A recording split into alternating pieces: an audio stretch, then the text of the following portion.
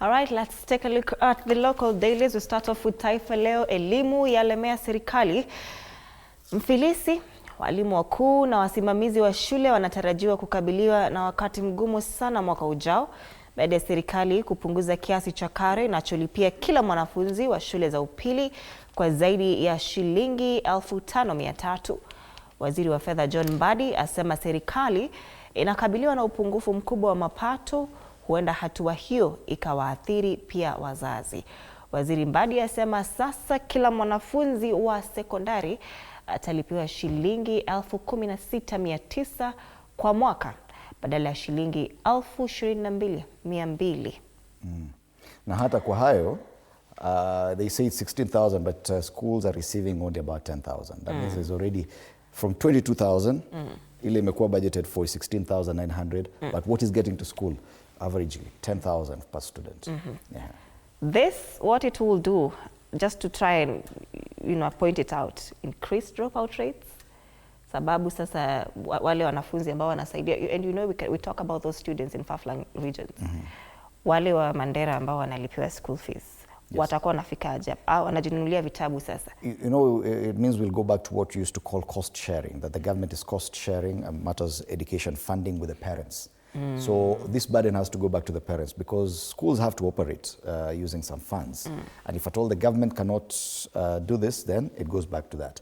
Okay, free secondary education was a dream, yes, but at least we had gotten as far as free primary education. Now the biggest worry is that the CS says even free primary education right now, I don't think we can do it. Yeah, that means even free primary education very soon mtaambiwa wazazi, let's go back and pay for primary school education, which will be a big thing. The other thing that the CS says, and it was appearing before MPs, is that you remember that debate about funding for exams earlier this year? Yeah. And then they came back and said, no, we've actually found some money. We'll put this money for exams. Yeah. Now, amesema, that is only for this year. Next year, they're not paying for exams they'll only pay for exams for very needy students, meaning that exam fees for others will be paid for by the parents. Yeah. And this is for primary and secondary schools. That means hata kuna likelihood a lot of students won't be sitting for these exams. Elimu yalemea serikali. Vidokezo zaidi, Waluo sasa waacha mila za mazishi, wengi watupilia mbali tamaduni zao za tangu jadi na kukumbatia taratibu mpya. Interesting. That story is on page 5. Ndege yaua 50 ajalini nchini Urusi. Matumaini dawa mpya ya HIV kija. Anasema kwamba dawa ya kudhibiti na kukinga watu dhidi ya maambukizi ya ukimwi kutua nchini. Kule juu, biashara ya kuuza figo ilivyonoga. And this story has been covered in the Daily Nation and the Standard as well.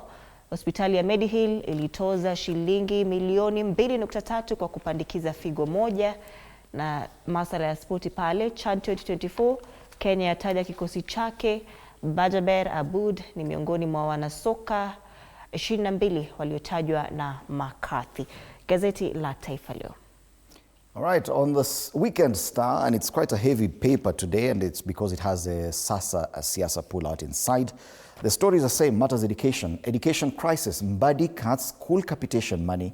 Government proposes university layoff staff and close satellite campuses. This story has given the proper prominence on this paper, pages 4 and 5. Now, the irony is that even as the government complains that they don't have money for this, they're still giving money to some ghost schools. So some ghost schools gobbled up about 1.3 billion shillings. This is Kenya, but hakuna pesa ya exam na hakuna pesa ya capitation. So the Ministry of Education is facing a fresh multi-million shilling scandal after revelations that cartels at Jogoo House disbursed millions from the 1.3 billion infrastructure fund to ghost schools. Kuna mashule ambayo haya-exist lakini wako tu. Meanwhile, President William Ruto's Kenya Kwanza administration has delivered a major blow to parents after Treasury confirmed it is disbursing only it's not even disbursing 16,000, it's disbursing 10,000. 16,900 per learner, far below the promised 22,244 annual capitation. Na wanasema, kuendelea, mambo ya education ni kama hatutaweza. Hata hii free primary ni kama hatutaweza. And this is inasemwa na ule experts ODM walipeana kwa serikali na ndio amekama up nayo. On the front page of this paper bado kuna And this was a funny issue. The president was in Masai Mara yesterday to see the beginning of the great wildebeest migration. But the great debate was how it was put. That they said the president had gone to launch migration, the wildebeest migration. And according to this paper, Asema, at the official opening of the 2025 Great Wildebeest Migration. And people are wondering, okay, is it usually launched? Ama do animals just do it naturally? I think here on a communication issue. Whoever is doing communication up end may let down the president. You should express what the president is going to do. It is a live observation. So anakuja anasema sasa hapa, this is a place where people will be standing and seeing this. For this year, inaanza sasa. So guests are now welcome to come here, stand and watch. Kini siku sema ati the president has gone to launch the wildebeest migration. Mnafanya akae sana. Mtu akasema tunangoja launch jua huko Kitui.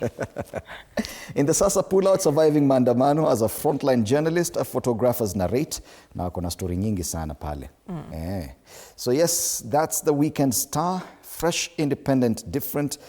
Ukiwa na 60 bob, hapa Kenya unapata gazeti la The Star. All right. People Daily, Ruto kills Kibaki's big dream in what could mark the start of the end of the NARC government celebrated transformational legacy project. Treasury announces that it has no capacity to finance free primary and secondary education, thrusting the future of young Kenyans in jeopardy. Free education no longer sustainable. That's the reason on page 4 of the People Daily. On the top strip, castrate sex offenders to protect girls, proposes Baraza team. IPOA throws police under the bus for deaths during Gen Z demos. Kwani walikuwa nadhani IPOA itasimama na wao ama wacha tuangalie tusikie wanasemaje. IPOA has documented concerning patterns of excessive force, lack of accountability and of course inadequate preparedness by police during protests held across the country in June and July. And in a report released yesterday, IPOA acknowledged some commendable displays of restraint and professionalism by officers, but highlighted significant shortcomings. And these included inconsistent enforcement of the public order, the use of anonymous police officers and vehicles, failures to provide first aid, and poor welfare conditions for officers. Allow me to take you back to the story about education. And because free primary education began in Kenya in 2002, immediately after, in 2003, immediately after President Mwai Kibaki took over. So it's exactly 22 years. Anyone born from, in fact, all Gen Zs, 1997 onwards were the first beneficiaries of free primary education as unveiled or rolled out by the NARC administration. 23 years later, these are people in their 20s that benefited from this education. And the argument last year was that the Gen Z were perhaps some of those who enjoyed a lot of this free education. And probably that's why they're complaining, that they're well educated, they don't have jobs. So could this be a plan to ensure that going forward, very few people access education? That there's no free primary education, there's fewer people accessing free secondary. Na ukifika university kama hauna pesa, sahau hiyo maneno, sababu hauta afford. So we're going to be having a huge generation of people who did not get the benefits of free education or at least affordable education. So illiteracy will also rise? Yes, meaning that very few people will be able to call themselves literate after the next 10, 15, 20 years. As opposed to now, where a huge chunk of the population is literate. So kama sasa kuna employment, so in the next 10 years tupunguze watu wenye wamesoma so that kuishi da unemployment iishe. And then wale no, that's hiyo tu ni theory. All right, People Daily, The Standard. All right, this one is a totally different tangent from what we've seen. Although there's mention of that story there, parents feel school fees pain after Treasury cuts funding. That story is on page 2 of The Standard. But they've chosen to go with this story, which is equally as important: dirty organ trade, messy business. A scathing government report has implicated Medihill Hospitals and its founder, Dr. Swarup Mishra, who was MP for Kesses. He's a former MP. In a suspected organ trafficking ring revealing a trail of coerced donors, falsified documents, and transplant tourism. Investigators are calling for urgent criminal probes, accusing the facility of commercializing kidney transplants and operating with impunity under failed regulatory oversight.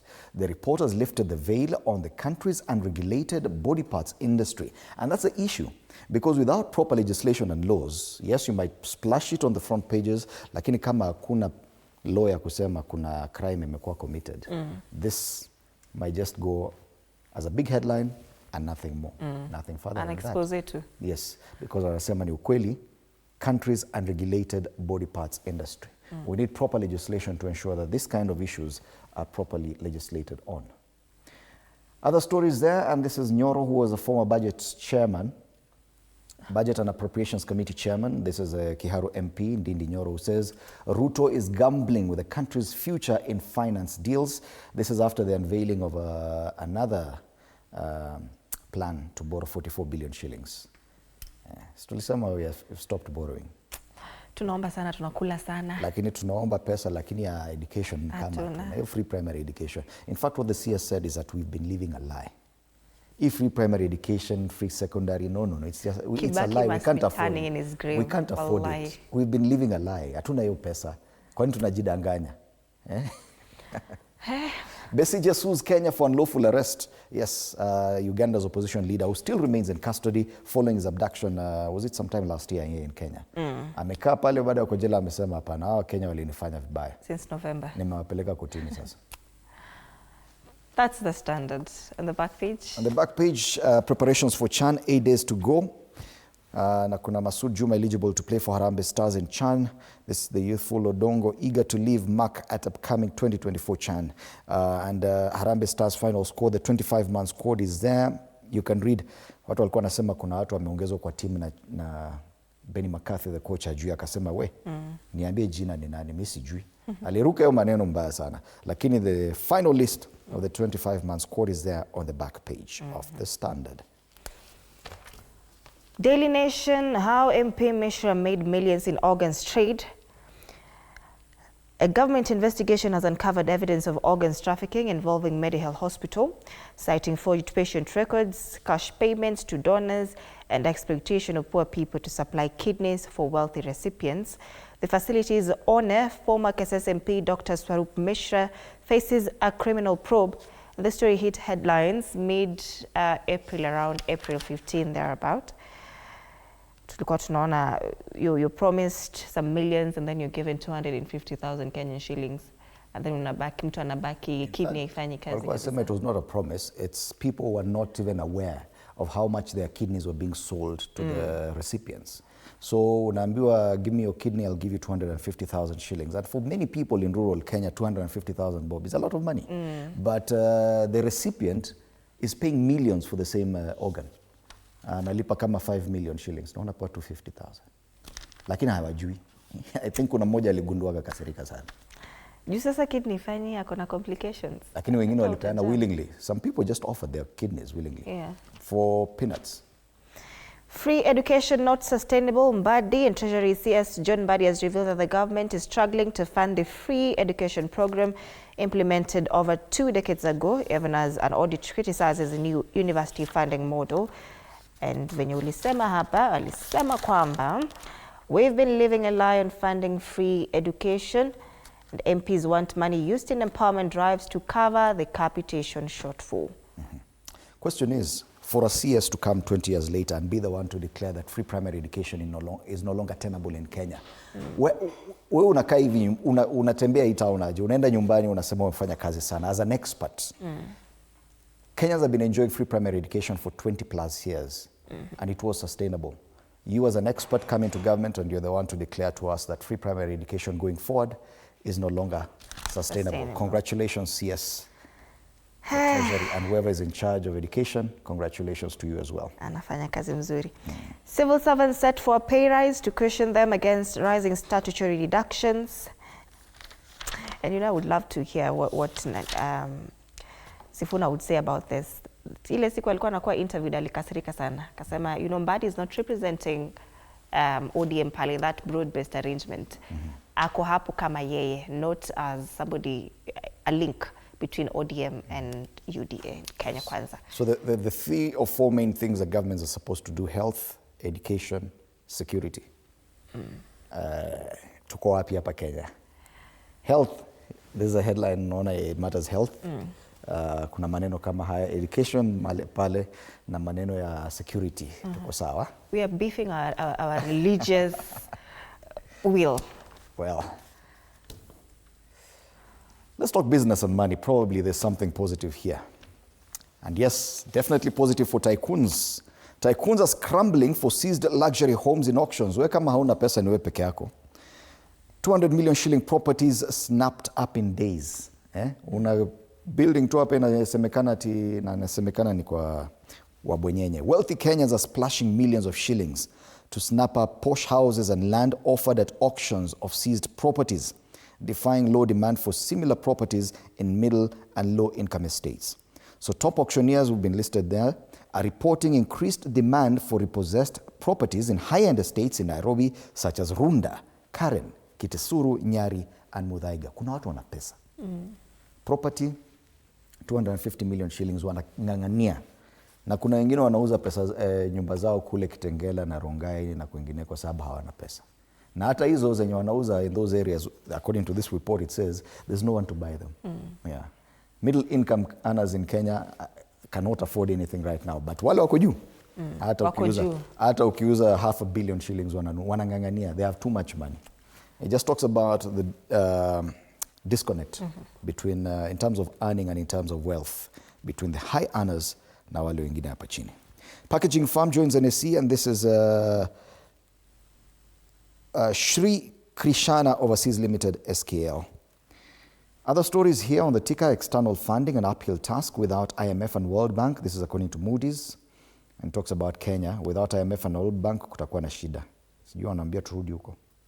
Sacco deposits to be insured under newly proposed changes, which will be nice. Members' deposits in savings and credit cooperatives are finally set to be insured if Parliament approves proposals to create a special fund to protect depositors against losses in the event that an institution goes under. And finally, bond investors press for higher rates on new auctions. And that's the Business Daily. All right. A reminder that it is a youth perspective today. Hans Rop, Njeri Kahiga, and Brian Abiswa, Ken Babu as well, will be in studio as we take a look at the headlines. Matters education, especially for young Kenyans, what it means going forward. Tuangalie caricature. Tukimalizia. People Daily, one-term politics. Anasema opposition agenda, they're just driving this one-term and cousins. The government na wameshinda wakiambiwa hawana agenda nyingine other than one term. So hiyo agenda yao imekuwa ni kama it's a square brick wall, which is a wheel to the, it's supposed to be a wheel at the front wheel of the bicycle. Yeah, nyuma ni around, hii itaenda aje? How do you ride a bicycle with a rectangular wheel? One term cousins. That's according to this cartoonist. Harry the cartoonist at the Standard. Lazima andike jina ya mtu ndio ujue ni nani kwa cartoon. This is the executive.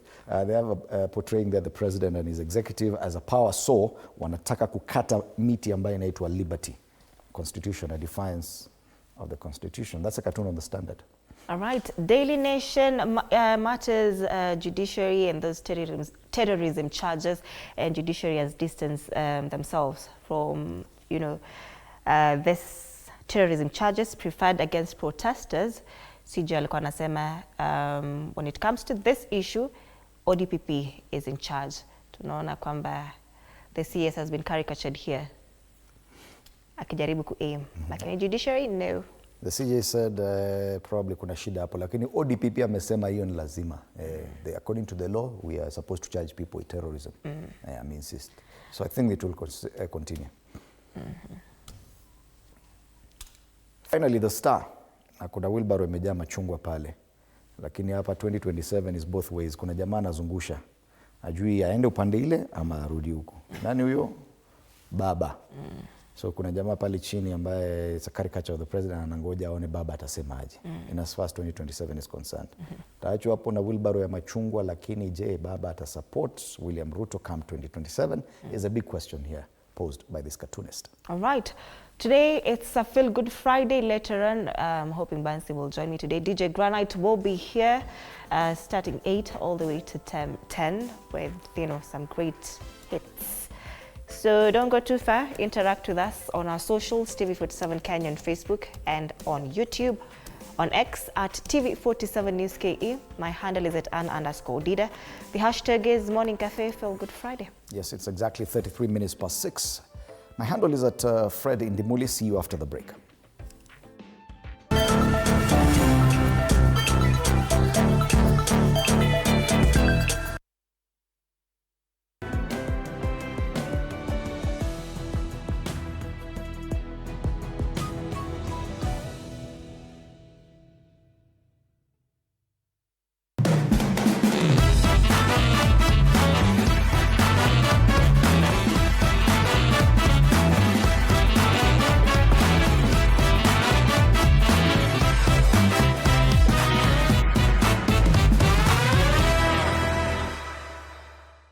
My name is Chef Average. On Bachelor's Kitchen today, I'm going to make a granola parfait, a very simple but healthy breakfast dish. It can also be had as a dessert for lunch and dinner as well. The ingredients today for that, I've got mixed cereal, or what people call as muesli. I've got an apple, I've got grapes, strawberries, mango, and some yogurt. You could actually use any fruits if you want, and any flavor of yogurt. For today, I've used a strawberry yogurt. What you have to do is wash all your fruits. I pre-washed my fruits. I'm just going to cut the apples into smaller cubes. Just try to get some small even cubes. I'm just going to pick a few grapes. You can use any fruit. You could have had a leftover fruit salad from the previous day. And the goodness of this particular dish, you could make it a day in advance. I'm just going to cut my grapes into halves. From the supermarket, so the ladies that sell the fruits down across the road, you can actually get a fruit salad already cut from them. That will assist you in prepping this particular dish. I'm actually now cutting the strawberries. I like the flavor of strawberry.